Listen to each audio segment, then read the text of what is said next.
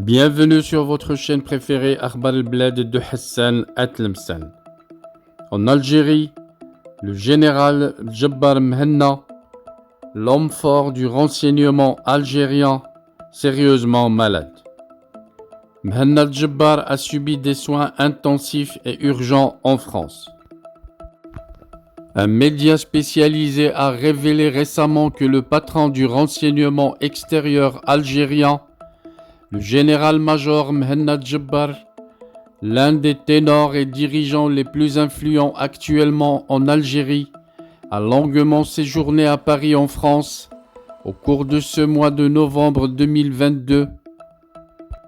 Nous avions déjà cité sur une vidéo précédente que le puissant général des services algériens avait rencontré plusieurs de ses homologues français pour des réunions de travail sur des sujets secrets et très sensibles. Mais il s'avère, et cela a pu être confirmé auprès de plusieurs sources sûres, que le patron du renseignement extérieur algérien a également profité de ce séjour à Paris pour subir des soins intensifs et urgents en raison d'une inquiétante maladie qui le fait souffrir au niveau de la prostate. Âgé de plus de 70 ans, Mhenna Djebbar est devenu depuis 2021 l'une des pièces maîtresses de l'Algérie de Tebboune, l'Algérie nouvelle comme il l'appelle.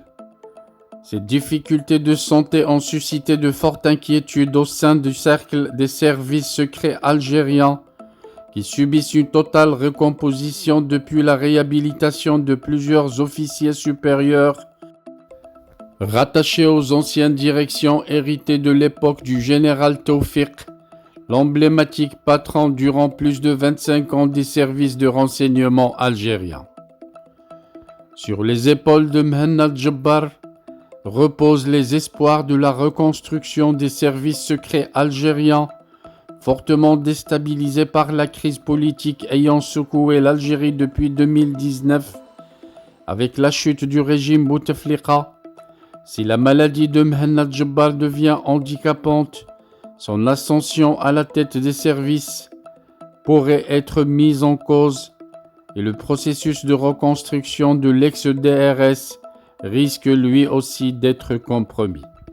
Voilà donc une grave instabilité se confirme au sein des services secrets algériens et les caporaux ne veulent pas comprendre.